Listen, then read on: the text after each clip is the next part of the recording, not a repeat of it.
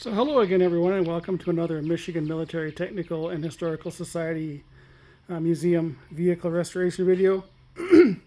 So it's, I guess, what is today, June 3rd? But out here working on the Model T. Tomorrow morning I'm leaving for the Military Vehicle Preservation Association Nationals down in Louisville, Kentucky. So I'm trying to get as much done on the T as I can because we're coming up against the July 12th Army 250th birthday party over at TACOM, and this vehicle is supposed to go there. So as you can see, we've done quite a lot. Start up here at the front. The headlights are mounted.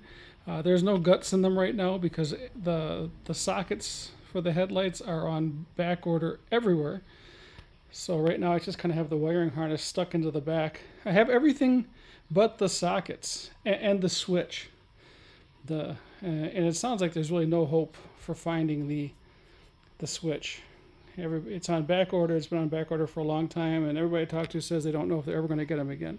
So I might have to come up with a plan B for the switch. So, but at least it has the headlights. The reflectors are in there. The glass is in.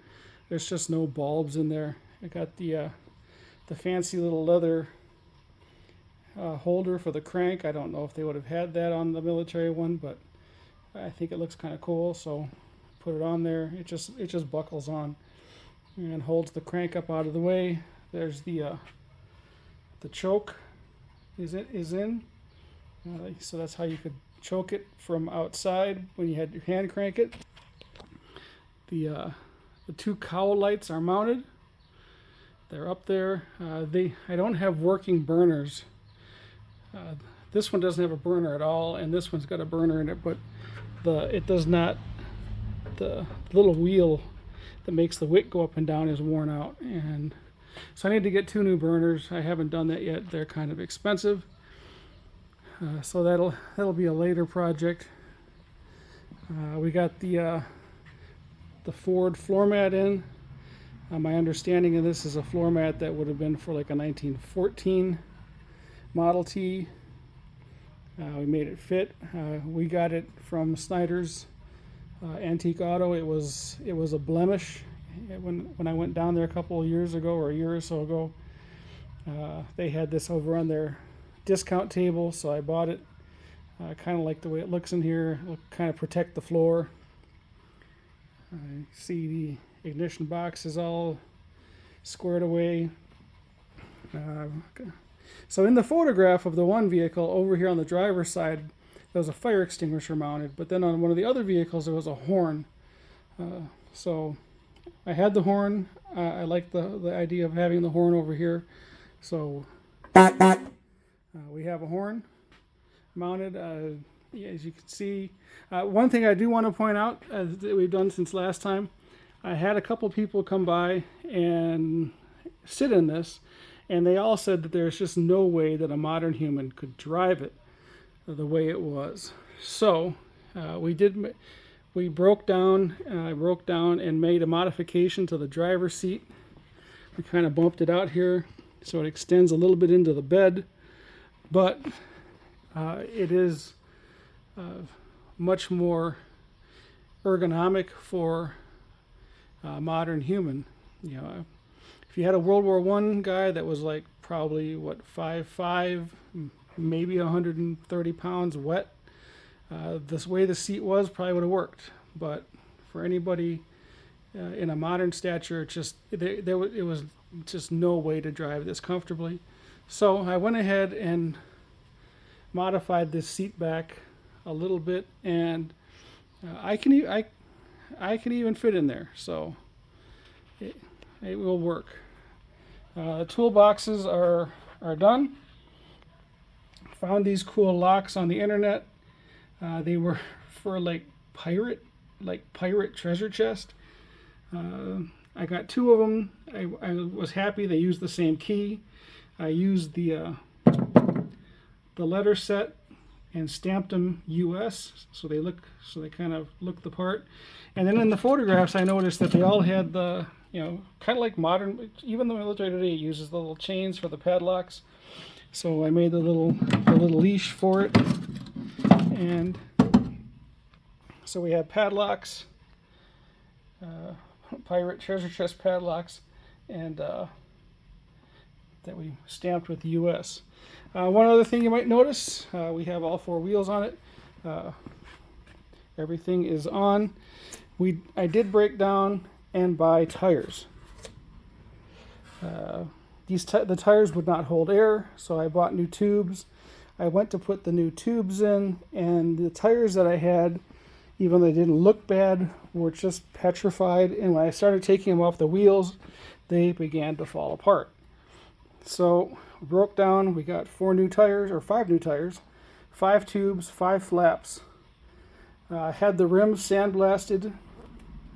Now, your Model T guys will probably say that the rims on the demountable style wheels were supposed to be silver, but this vehicle would not have had demountable rims.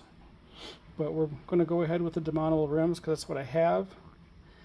So I just painted them with the olive drab to try and keep everything make it all blend in. I'll probably come back later and paint the 4, I guess lug nuts, for lack of a better term. I paint those green. I just put these on. So we had some problems with the rear axle, with the drum hitting the brake anchor bolt. So I ended up having to put the taper shims in. This side took 1 shim, the other side took 2 shims. One of the things I want to show you back here is I went ahead and made a bracket for the taillight, and you will see that the taillight is the one that I actually have a working burner for. So that's what the taillight looks like. And go ahead and turn that off before I forget. So we have a working taillight. Come around here. So we got the toolbox on this side. Same thing. Padlock from the interwebs for a pirate cosplay, I guess. Added the US to it in the chain. This toolbox here has a standard Model T toolkit in it and the standard Model T jack in it. I went ahead and put the tire pump on top. This is actually a World War II style U.S. Army Ordnance tire pump, but I went ahead and put that on there. I need to get the rebuild kit for it with the hose and everything, hoping that somebody down at the Nationals has that and I can rebuild this tire pump, make it work. And then at some point I hope to find the Model T correct tire pump to put here. A spare tire is mounted. It's up there in place. And we put the fire extinguisher on this side. So we got the fire extinguisher mounted. Again, the modification to the seat to make it more fat man friendly. And then we come back around here to the front.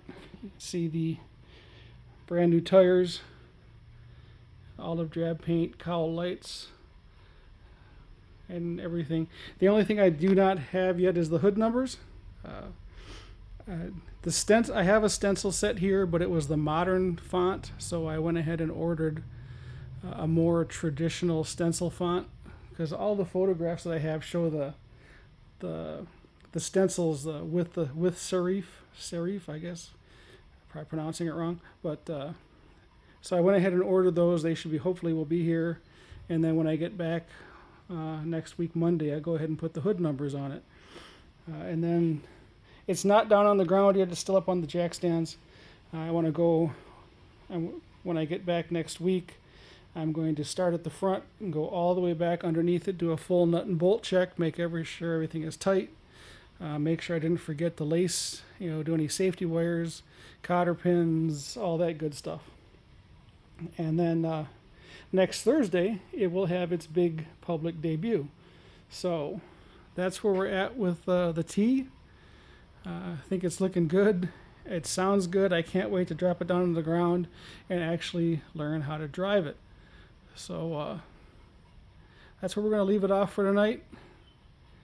Again, if you guys, anybody's in the Detroit metropolitan area, stop by the museum. We're in East Point, right off of Gratiot Avenue, Stevens Road, which is 9.5 miles. We're right by, very close to the intersection of I-696 and I-94. Very easy to find. And again, if you want to help us out, we dropped a substantial amount of money on these tires that we did not have budgeted, but there's just no way around it. In fact, there's the old tires over there. I had to cut, some of them were so bad I ended up cutting them off, and then these actually came off, but they're just really, really dry rotted, so they are going away. So again, check us out. mimths.org is our website. If you want to send us some money, there's a donation link on that site, or you can go right to your PayPal, mimths.org, or mimths@mimths.org. You can write in there that you want it to go toward the recovering the cost of 5 tires for Model T, or maybe you want to help us get the 2 burners so we can get the cowl lights working. Or if anybody has headlight sockets for a Model T laying around that you're not using, or the switch for the wood firewall, the one that goes over here next to the coil box. So if you have one of those laying around you're not going to use, or you have a set of headlight sockets you're not going to use, give us a shout, because we could definitely use them. That's really the 3 things that we're missing to make this reasonably complete, other than making the seat cushions. So that's about it. Everybody, like and subscribe. And when I get back from the MVP Nats, maybe we'll shoot a video of this thing actually driving around in the yard here. So until then, everybody stay safe, and we'll see you later.